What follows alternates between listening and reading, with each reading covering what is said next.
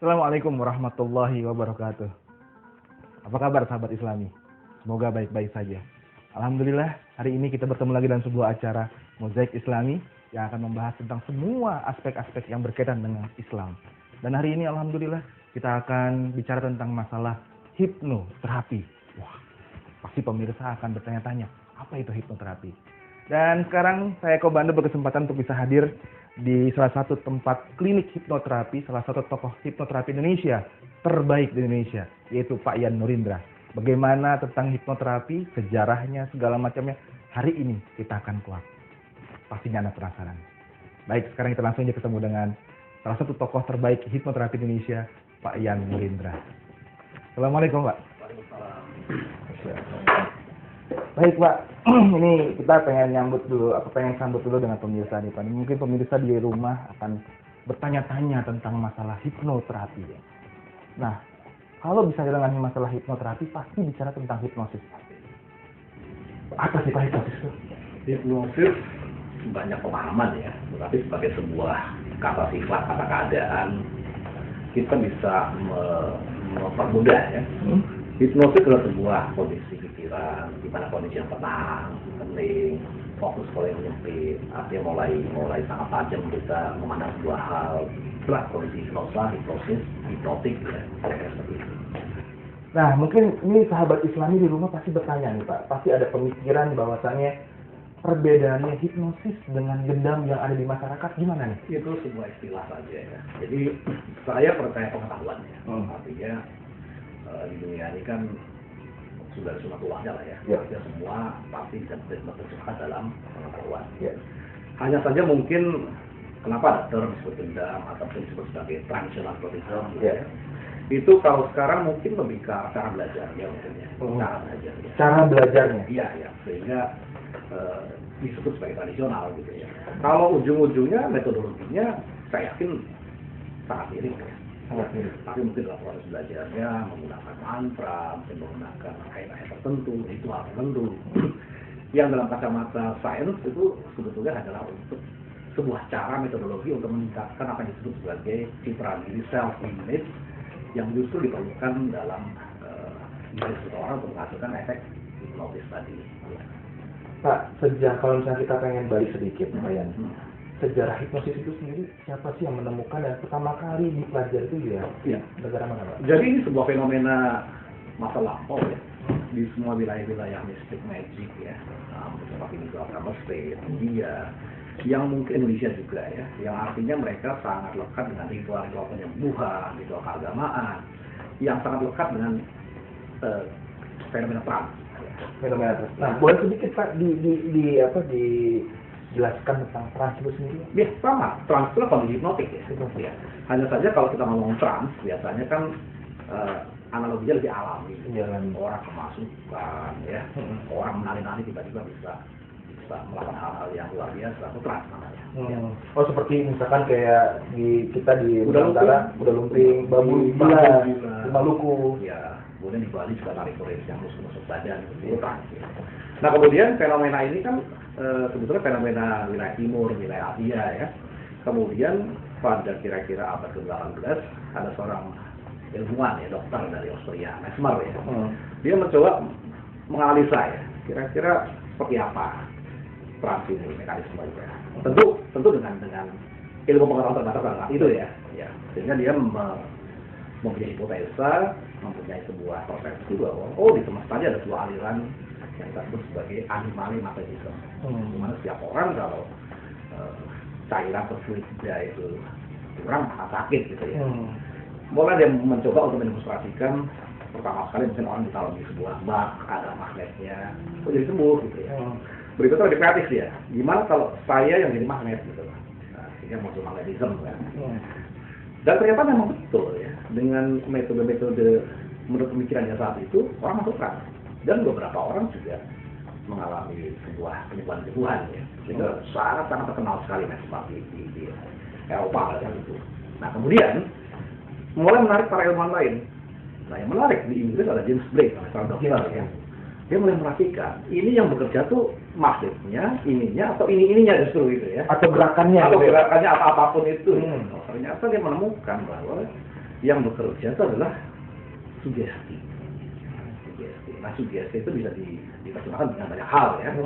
Sebuah ritual, sebuah suasana, sebuah verbal dan sebagainya. Sehingga Mesmer mengatakan bahwa ini kondisinya kondisi nervous sleep ya, secara tidur gitu ya.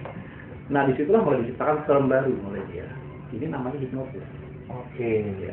Ya. Nah, Pak, ini kalau misalkan tadi sudah sedikit sejarah tentang masalah hipnosis.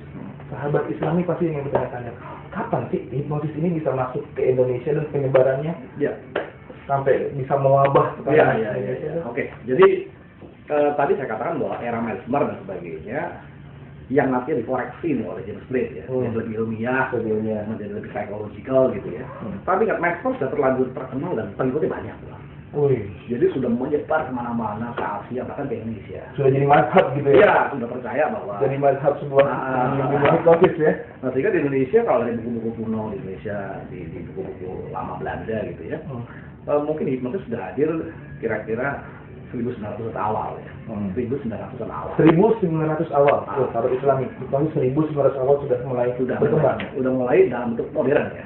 Artinya saya katakan bahwa sudah mulai ilmiah. Belum ilmiah banget. Belum ilmiah. Tapi artinya ada sebuah metodologi dan sebagainya gitu ya.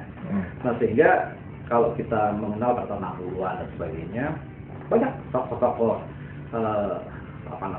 akrobatik jalanan kayak gitu ya. Pak Wani Hartono misalkan salah tiga itu. Dia mendemonstrasi hipnosis di lapangan kayak gitu ya. Sudah mulai para tukang-tukang sulap gitu ya. Itu tahun 60-70 sudah ada ya. Tapi dalam nuansa yang tentu sangat terbatas sekali gitu ya. Mungkin kalau misalkan dianalogikan Pak, di Indonesia ini banyak yang jago praktek tapi belum tahu bahasa ilmiah. Iya, dan mungkin konsumsinya pasar malam waktu itu. Iya. Kemudian di kira-kira tahun 80-an sekian gitu, dia mulai masuk ke akademisi. Ya. Lalu tokohnya adalah Profesor Hukom, seorang psikiater dari ya, itu kira-kira yang meletakkan fondasi bahwa ini bisa masuk ke akademik. Gitu. Wah, ini makin hangat nih pemirsa sahabat Islami ya. Dan satu hal lagi yang kita pertanyakan nanti di sesi berikutnya. Pak Yan ini sebenarnya adalah sarjana elektro, tapi kenapa bisa nyemplungnya ke hipnosis?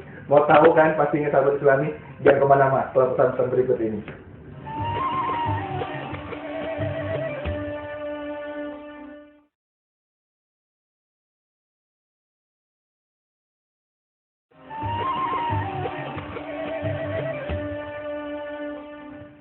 Ya, sahabat Islami, kembali lagi di acara Mozaik Islam dan hari ini kita sudah tadi membahas tentang masalah hipnosis atau latar belakangnya. Dan tadi sudah ada pertanyaan yang mungkin saya lontarkan yaitu Pak Yan ini ternyata adalah sarjana elektro, tapi kenapa bisa nyemplung atau terjerumus dalam dunia hipnosis? Kita kembali lagi dengan Pak Yan Irindra. Pak Yan, menarik itu Pak Yan. Sarjana elektro yang tiap hari berketemunya dengan listrik segala macam, kok bisa masuk ke hipnosis nih Pak? Iya, sebetulnya elektro kan ada berapa bidang ya. Saya kebetulan setelah lulus banyak di industri IT, komputer lah ya, di banking system dan sebagainya. Lama-kelamaan ini sebetulnya hanya pindah faktanya saja, pindah objeknya saja ya. Manusia sebetulnya punya sistem komputer juga gitu. Punya sistem komputer, ada programnya ya. Kalau di dunia IT kan ada hardware-nya, ada software, ada brainware-nya. Nah, menarik, ternyata ketika ini bisa dianalogikan ke kehidupan sehari-hari, manusia seperti itu. Nah, sehingga justru ketika saya mulai masuk ke aspek-aspek soft skill atau hal-hal yang, kalau dulu kan orang berbicara hard skill, technical skill, sekarang mulai berbicara tentang yang dibalik itu sebuah soft skill. Ternyata dunia programming itu atau dunia komputer itu benar-benar mirip dengan manusia, yang membuat saya semakin menarik. Saya berapa tahun sih Pak? Boleh tahu Pak? Berapa lama untuk mendalami dunia hipnosis ini Pak? Iya, sebenarnya diawali dari hobi ya. Mungkin dari masa kecil cari yang aneh-aneh dan sebagainya. Sehingga saya banyak sekali justru masuk pada jalur hipnosis tradisional, walaupun mungkin namanya bukan hipnosis ya. Sehingga begitu suatu hari saya masuk ke western hipnosis, hipnosis yang lebih ilmiah ya, yang saya katakan tadi, dipelopornya Pak Hukom ya, Pak Hukom dari UI. Tapi sayang, walaupun sudah ilmiah, tapi masih lingkaran tertutup ya. Bukan publik ya. Masih tabu gitu ya Pak? Iya, masih orang lihat apa dan sebagainya. Sehingga tahun 2002 saya yang mengeluarkan hipnosis dari kotak hitam itu, kita keluarin gitu. Oh ini loh, kira-kira. Sayang sekali ilmu ini kan. Ya. Baik, Pak Yan, ini pasti saya pengen mewakili dari teman-teman sahabat Islami di rumah tentang ada sebuah pemikiran. Ini sebenarnya hipnoterapi ini sebenarnya bisa menyembuhkan apa saja sih, Pak? Ya, hipnoterapi adalah hipnosis untuk terapi. Ya. Artinya hipnosis itu kondisi orang healing, trans, atau hipnosa gitu ya. Nah kemudian diselipkan dengan sugesti-sugesti yang banyak justru diangkat backgroundnya dari psikologis ya. Oke, sehingga disebut sebagai hipnoterapi. Aspek dari apa yang bisa dilakukan dari hipnoterapi jelas sebuah aspek mental dan emosional. Jadi semua gangguan-gangguan tentang mental, emosional, fobia, traumatik, kurang motivasi, takut ketinggian dan sebagainya itu adalah area dari hipnoterapi. Plus yang menarik lagi di kota besar ada penyakit-penyakit yang seakan-akan fisik ya. Orang merasa tekanan darah tinggi, merasa asma, merasa jantungnya berdebar gitu ya. Tapi dicari di dokter, di lain nggak ketemu. Nah, pasti aneh gitu kan. Perasaannya enggak tuh. Wah, ini kenapa? Beneran ya. Ini disebut sebagai psychosomatic illness, penyakit psikosomatis. Penyakit fisik yang berakar dari psikologis. Jadi di area juga dari hipnoterapi. Nah, ini menarik nih ya. Pasti mungkin sahabat Islami di rumah juga mungkin yang sedang menonton ini sedang terbuka nih pikiran nih Pak Cakrawala ini, karena ada juga penyakit-penyakit yang ternyata dari kejadian fobia segala macam bisa menimbulkan efek secara fisik ya. Oke, baik. Terusnya Pak, ini kita ngomong masalah perbedaan nih Pak. Kalau misalkan ngomong masalah kejadian psikosomatik. Nah, sekarang kalau misalkan trauma nih Pak. Ya. Trauma ini apakah memang trauma ini bisa membawa dampak secara psikologis kepada orang? Apakah Bapak juga pernah menangani Sangat seperti itu? Sangat sering. Salah satu contohnya Pak. Jadi gini ya, misalkan traumanya sih nggak masalah, tapi trauma memicu fobia. Trauma memicu peristiwanya fobia. ya. Oke. Banyak. Misalkan ada peristiwa naik pesawat terbang di bawah pesawatnya mau jatuh. Jatuh. Itu trauma. Trauma. Tapi efek berikutnya apa? Fobia naik pesawat terbang. Oh. Dan yang perlu diperhatikan bahwa penyembuhan hipnoterapi bukan hilangin memori. Artinya Pak, jadi ada banyak yang datang pada saya, Pak, tolong dong, saya pernah patah hati, trauma dengan seseorang, dihapus saja deh. galaunya dihapus gitu. Bukan, orangnya dihapus. Peristiwanya dihapus. Saya perlu mengatakan bahwa memori nggak boleh dihapus dan nggak bisa dihapus. Karena ingat, semua kejadian buruk dan baik dalam hidup kita, itu aset loh. Menjadi kekayaan spiritual. Kalau di Islam ada istilah apa? Pasti ada hikmahnya. Ya, dibalik pasti indah pada waktunya. Yang penting pas mengalami kita merasa terburuk ya. Karena itu bagaimana cara kerja hipnoterapi? Itu tidak menghapus peristiwanya, tapi memberikan makna ulang. Jadi pemaknaan ulang ya. Atau dalam bahasa kerja reframing. Kejadian tetap ya. Kalau tahu kejadian dihilangkan nanti kalau berulang lagi dia nggak dapat ilmu, nggak dapat kecerdasannya. Ya, kira-kira seperti itu. Subhanallah. Jadi ternyata hipnosis tidak bisa menghapus memori, tapi bisa merubah arti dan maknanya ya Pak? Iya. Hidup ini kan sebetulnya kan jelek baik dan sebagainya perjalanan ya, tapi makna yang paling penting. Ya. Oke. Ya. Apa sih Pak kaitan hipnosis dengan Islami? Karena saya melihat beberapa biografi Bapak, saya lihat di web juga ada terapi yang menggunakan misalkan forgiveness segala macam. Gimana nih Pak di kaitan dengan Islam? Iya, sebetulnya dalam Islam sendiri banyak fenomena-fenomena hipnosis ya. Iya. Hipnosis kan state of mind ya, state kondisi ya. Jadi misalkan contoh, menurut Mas Eko kalau orang sholat ya, itu bagusnya langsung ya zuhur kita langsung masuk ke musola langsung bla selesai gitu. Iya. Gitu nggak seharusnya? Enggak, harus wudhu mungkin pasti ya. Tapi artinya state of mind-nya, kondisi emosionalnya itu harus di-set dulu sehingga betul-betul ketika masuk ke dalam sholat dia putus sesaat dengan dunia luar gitu ya. Oke. Nah itu adalah hipnosis banget gitu lah. Hipnosis sekali gitu ya. Artinya hipnosis tadi saya katakan adalah bagaimana membuat kita makin fokus, membuat kita makin hening ya, membuat kita dapat menurunkan gelombang otak gitu ya.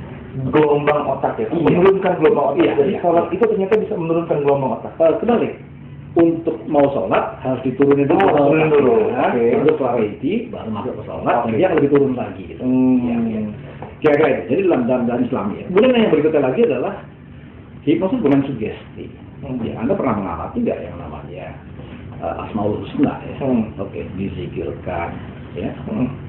Dalam kondisi healing. Itu kan sama sebetulnya dengan kita melakukan self hipnosis. Hanya saja mungkin ya. orang tidak banyak yang mencoba memahami di balik asmaul husna ini artinya apa, kira-kira gambaran seperti apa. Itu kalau bisa ditambahkan bahwa misalkan dia Jabar itu kuat misalkan ya, atau mungkin dia Rahman pengasih gitu ya. Sambil kita berpikir itu adalah hipnosis alam itu menurut belum otak ya. Oke. Ya, sehingga ada yang mengatakan dalam tradisi universal ya. Hening adalah di mana semua doa dikabulkan. Nah, sebetulnya kan mekanisme sudah ada kan. Anda berpikir dulu ya, begitu masuk pada hening zikir, makna dari zikir tadi, kalau kita ngerti lagi ya, itu akan menjadi sugesti programming yang dahsyat sekali. Karena pasti sesuai dengan belief dari kita yang Muslim. Subhanallah.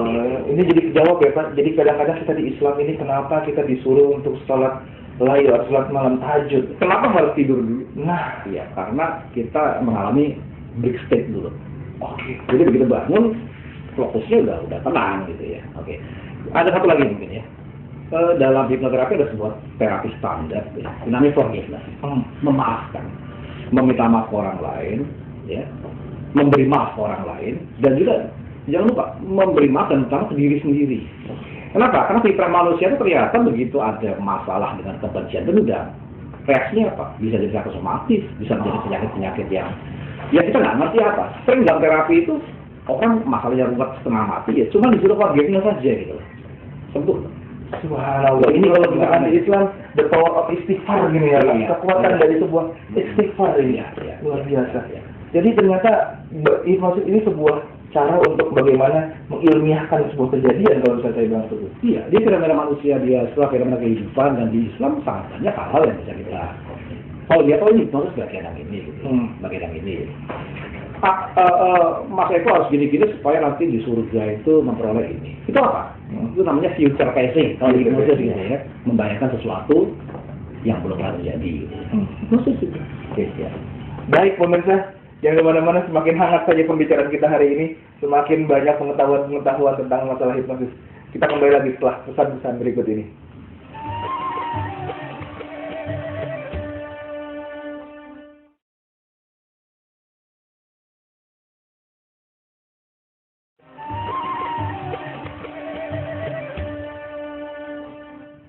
Baik sahabat Islami, kembali lagi di Mozaik Islam, dan kayaknya untuk session berikutnya ini subhanallah saya semakin hangat dan kita semakin bergairah pengen tahu banyak tentang masalah hipnosis.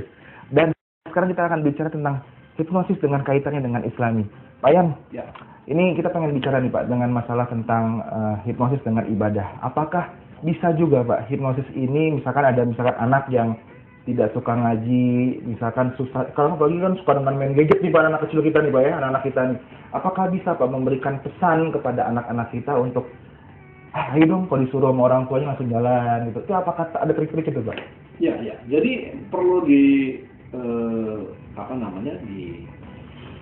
dulu ya. Hipnosis ini bukan memprogram robot gitu bukan. Oke. Manusia, anak kecil segala macam itu adalah manusia. Gitu. Ya artinya bukan langsung disulap jadi ABCD gitu. Kadang-kadang orang tua ini kan kalau anaknya nggak nurut itu nakal. Ya. Kalau nurut namanya pintar. Dia nggak tahu nurut itu paket gitu loh.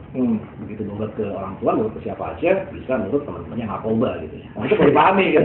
Nurut itu paket ya Pak ya?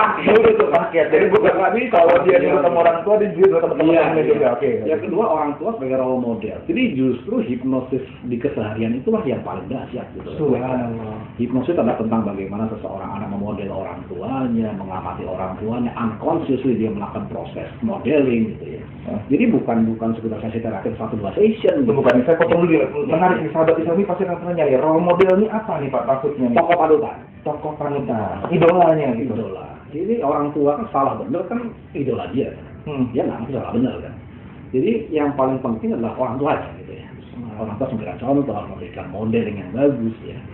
Bahwa nanti dalam proses formalnya nanti dibuat relax, diberikan sebuah sugesti, itu soal yang lain ya. Artinya yang paling penting justru kita mengenali di keseharian itu sebuah hipnosis. Tuh, sahabat Islam ini menarik sekali ya. Jadi pada saat kita pengen memiliki anak yang soleh, anak yang baik menurut agama kita di Islam, artinya orang tuanya juga menjadi sebuah tokoh teladan harusnya. Subhanallah, ini mirip banget seperti karena penghipnotis yang paling hebat itu orang tua sendiri gitu. Tuh. Ya. Penghipnotis yang walaupun nggak belajar. Iya. Contoh lah, kita punya seorang anak ya, kita nggak nakal lah. Kita terapi 2 jam. Kita cuma 2 jam. Paling seminggu 2 kali. Nah, Bapak ibunya, kamu nggak boleh ini, kamu harus itu, nggak boleh ini. Itu lebih dahsyat hipnosisnya. wow. Ya. Jadi kayak kita berhati-hati juga. Ini nampar nih, kayaknya nampar buat kita juga ya. Ternyata pendidikan yang paling utama, anak itu dengan role modelnya adalah orang tua. Orang tua. Jadi semua suasana, semua intonasi, semua yang dipandang oleh anak segala macam itu wah hipnosis. Betul. Makanya mungkin kita nih, jadi saya nampar juga nih. Kadang-kadang diri saya juga gitu, Pak. Jadi kadang-kadang saya nyuruh anak saya, "Hai, kamu sholat." Tapi bapaknya main BB, ya kan? Itu kadang-kadang lucu loh. Ini berarti ternyata sayanya yang salah. Ya, saya tunjuk tangan kalau hal ini. Nah, Pak, sekarang saya tips-tipsnya nih, Pak. Nih. Ya. Tadi kan kita di awal bicara tentang masalah kejahatan jalanan, gitu, masalah hipnosis jalanan, dendam, apalah segala macam lah. Ada nggak sih Pak tips-tipsnya dari Bapak sebagai orang yang telah berkecimpung lama dalam dunia hipnosis untuk pemirsa dan juga sahabat Islami di rumah menghindari kejahatan jalanan ini, Pak? Oke. Mungkin dasarnya dulu ya. Dasar dulu. Orang bisa hipnotis ada syaratnya nggak? Ada. Satu adalah yang bersangkutan mau atau minimal tidak menolak. Oke. Ya. Kalau sudah menolak nggak bisa. Ya. Yang kedua ngerti komunikasi. Ya. Oke. Yang ketiga punya kemampuan fokus. Ini kita terjemahkan sekarang ya. Artinya apa? Sebetulnya tidak ada orang di dunia ini bisa menghipnotis orang lain. Tidak ada di dunia ini orang yang bisa menghipnotis orang lain. Yang ada orang menghipnotis dirinya sendiri gitu. Ya. Artinya apa? Kalau masih menolak saya hipnotis, bahkan mau tapi takut gitu, itu nggak bisa. Ya. Artinya apa? Di jalanan kalau kita nggak mau pasti nggak bisa. Pertanyaannya, orang jalanan kan nggak ngomong kan, mas mau saya hipnotis, nggak gitu udah ngomongnya. Tapi ngomong, mas Eko dari mana mas? Di Jakarta. Oh sama kita mas ya. Oke. Kampung kita, misalkan kita di Surabaya gitu ya, dengan empati, dengan apa dan sebagainya gitu ya. Kebutuhan emosionalnya. Saya kebetulan punya jam mahal sekali nih. Kalau dipasang 20 juta, saya perlu uang, saya lepas dari Mas Eko. Kita kan sama-sama Muslim gitu ya. Mungkin 3 juta oke lah gitu ya. Nah, jadi mereka memanfaatkan greedy, sikap tamak manusia. Kita umumnya kan senang kan kalau dia duit gampang gitu ya. Memanfaatkan kenaifan ya. Artinya Jakarta ini kota yang rumit ya. Agak curiga dong kalau orang ada baik banget ya, bukan berarti kita berprasangka buruk ya, tapi harus hati-hati. Ketika alarm-alarm itu sudah mulai kita aktifkan ya, itu sudah mendekati selamat gitu. Yang ketiga juga dalam hipnosis ada tadi confusing lah, dibingungkan gitu lah. Dibingungkan. Nah ini menarik nih Pak. Dibingungkan seperti apa nih Pak? Misalkan contoh ya, saya belanja sebuah barang gitu di sebuah toko kecil gitu ya. Mas Eko kembalikan ke saya uang kembali ya. Sorry mas, saya nggak mau yang serinya H, saya pengen serinya J. Anda bingung. Karena pertanyaan itu nggak pernah ada sepanjang hidup Anda. Begitu dia, langsung saya bisa melakukan proses pengambil alihan.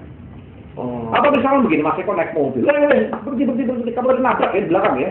Itu biasanya kemarin banyak seperti itu ya. Main lari aja, main apa. Kita akan keluar mobil, kita bingung, cash dan sebagainya, hipnotis masuk. Ya, jadi kira-kira itulah asal muasalnya dulu ya. Oke. Nah sekarang kalau itu terjadi gimana? Ya. Kalau manusia itu melakukan sendiri self hypnosis namanya, maka dia bisa melakukan self termination dong.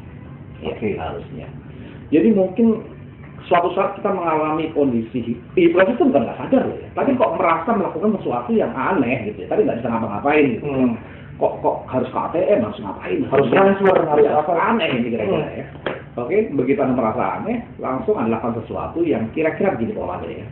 Oke, dalam 3 hitungan saya akan tepuk tubuh saya dan saya akan kembali normal senormal-normalnya. Kita akan masuk pada kesadaran tidak logis ya. Kira-kira seperti itu. Nah, tips untuk supaya jangan terjadi ya tadi ya. Jangan pernah berada di sebuah tempat yang sunyi, di kerumunan orang banyak gitu. Lari ke tempat yang lebih banyak kerumunan gitu ya. Kira-kira itu. Oke, luar biasa nih tips yang ini banget sih. Pak, sekarang kita balik ke arah kesimpulan tentang hipnosis ya. Khusus di Indonesia.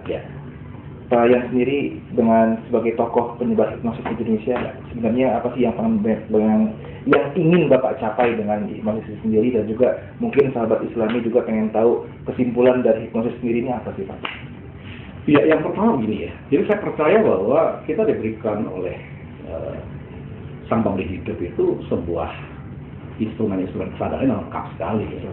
Indonesia pernah jadi negara luar biasa tahun 60-an ya. Sekarang jadi negara yang saya nggak tahu di ASEAN itu sendiri sangat terpuruk ya. Apa yang bedakan sih? Pinter pada pinter.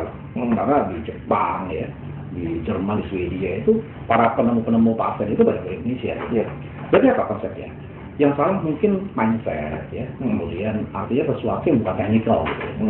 Nah di sini kita ingin mencoba walaupun dengan kontribusi kecil lah ya, untuk mencoba memberikan sebuah sosialisasi pemahaman ya, bahwa yuk kita coba untuk merestruktur ulang kembali gitu kesadaran kita gitu. Karena ketika kita sudah memahami itu, kita bisa melakukan banyak hal ya. Karena kalau ngomong pinter, ngomong terampil itu negara kita pusatnya ya. Bikin software nggak bisa, bikin virus pinter. Bikin komputer nggak bisa, bikin jago atau bisa. Itu cerdas. Artinya ketika ada sebuah pemahaman life soft skill gitu ya, macam-macam ya, yang bisa untuk merubah kekuatan besar tadi itu, ya mudah-mudahan kita semua minimal dari diri kita sendiri ya, kita bisa membangun kembali bangsa ini menjadi lebih baik. Ya. Subhanallah, pemirsa, sebuah pembelajaran dari seorang tokoh hipnosis Indonesia, Pak Yan Yunindra tadi menyebutkan bahwasannya apapun yang ada di kita semua ini, khususnya di manusia, ternyata pola pikir kita yang membuat kita ada di bawah atau di atas. Buat sahabat-sahabat Islam yang sedang galau, sedang putus asa, ayo bangun, segera berubah mindset Anda.